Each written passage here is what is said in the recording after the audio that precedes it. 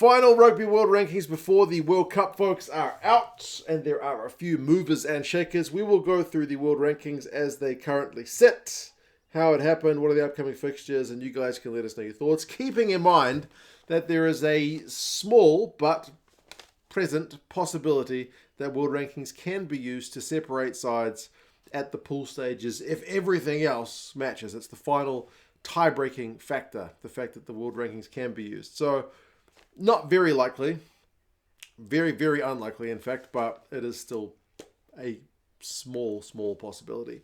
Ireland go into the World Cup as the number one ranked side on 91.82. They didn't really impress against Samoa, 17 points to 13 winners in that wet game over in France, but they're the number one ranked side. So, your move, Ireland. What can you do at this World Cup? You got a tough pool. You got a very potential, if you make it that far, tough quarterfinal on the cards, but you're the number one ranked side.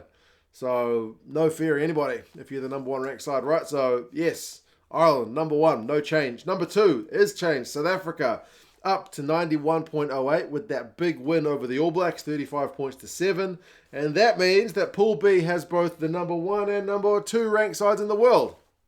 Yeah, that's something the draw has been contentious, and that will, I guess, add to it. Wouldn't it suck to be in Pool B with those guys?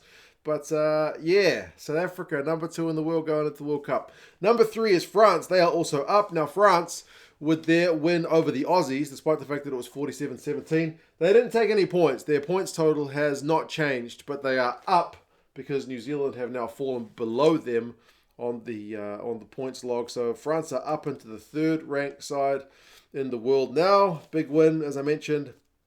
And New Zealand are down into fourth from second with that big loss. So, Pool A and Pool B.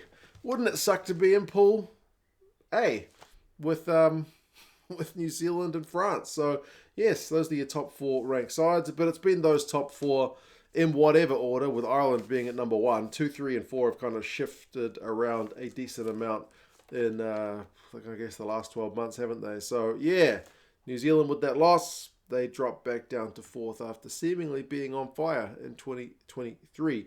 Scotland, you guys are in fifth with your big win over the Georgians, 33-6. No change, no points taken. That is the top five sides in the world. 2 of them in Pool A, 3 of them in Pool B. Argentina is the top-ranked side from the other side of the draw, up into sixth, taking England's spot. Kind of similar to France. Argentina didn't change on the points totals, but the fact that England have dropped below them means the Argentinians go up. 62-3 winners over Spain, but no points taken off them. So, yeah, Argentina top-ranked side from the other side of the draw. But the biggest talking point is probably Fiji. Fiji, 7th in the world, with their 30 points to 22 win over the English, up to 80.28, sending England down from 6th, and Fiji themselves up from 9th. They are having a heck of a 2023. Win the Pacific Nations Cup, albeit they did lose to France the week before, but man, first ever win over England. Look out Pool C. That is the top-ranked side in Pool C. Fiji, the third seed.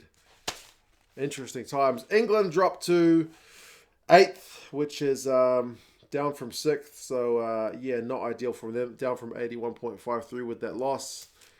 Not happy days in England, obviously. I don't know, man. They've got time to get things right, but time is quickly going by. You've got no more warm-up games. It's into the deep end with Argentina first up. So, yeah, pretty troubling. Australia down into 9th. They are also not changed in points, but the fact that Fiji have passed them means they drop a spot. They did show some positive signs in their 47-17 loss to the French, but goal kicking is clearly a problem for that young side. Other side of the draw is other side of the board is a lot more stable. There's not really any changing of places. Wales didn't play; they're the same. Georgians didn't lose any points in their loss to Scotland. Samoa played Ireland, like I mentioned. It was kind of a the game they could have won, but no points changed there. Italy did take points from Japan. A couple of people asking me, where's your match review for that one? Sadly, I haven't seen the whole game. I did see, I want to say around about half an hour of it. I saw especially the end of the game.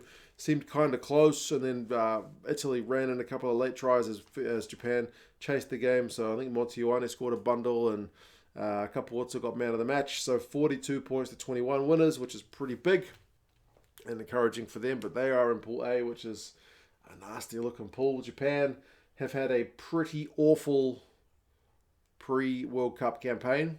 It's not been a good few years for Japan, to be honest, in terms of their results against Tier 1 teams. But, yeah, they lost to Fiji, they've lost to Italy, they've lost to Samoa, they beat Tonga in the Pacific Nations Cup. But, yeah, it's not been good. They are down to 14th. It wasn't that long ago that they were just behind Wales.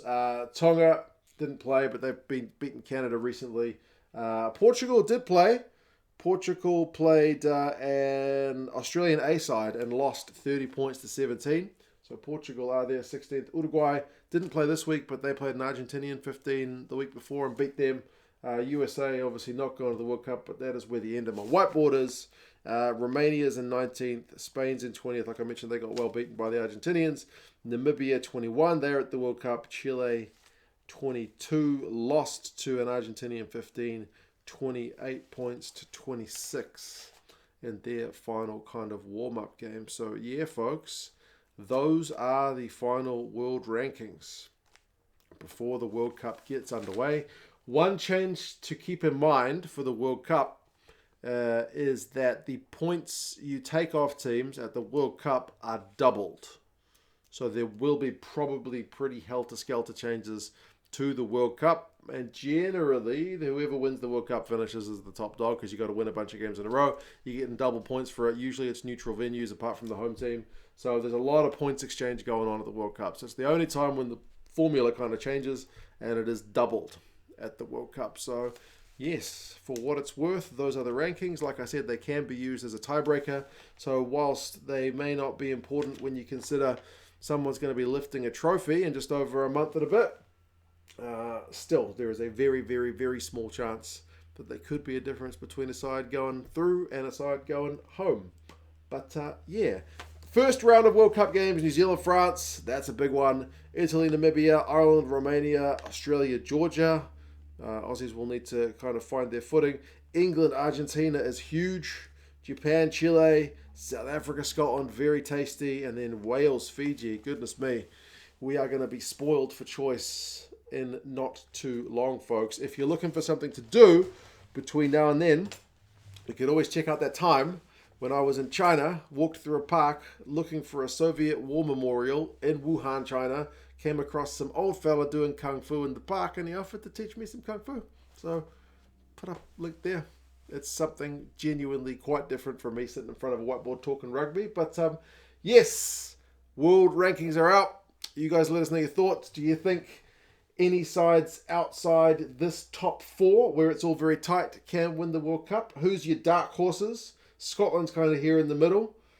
Is Argentina the most likely side on the other side of the draw to potentially get a result at the World Cup? Could you see Argentina winning a quarter, a semi, and a final? England, Wales, can they get it right?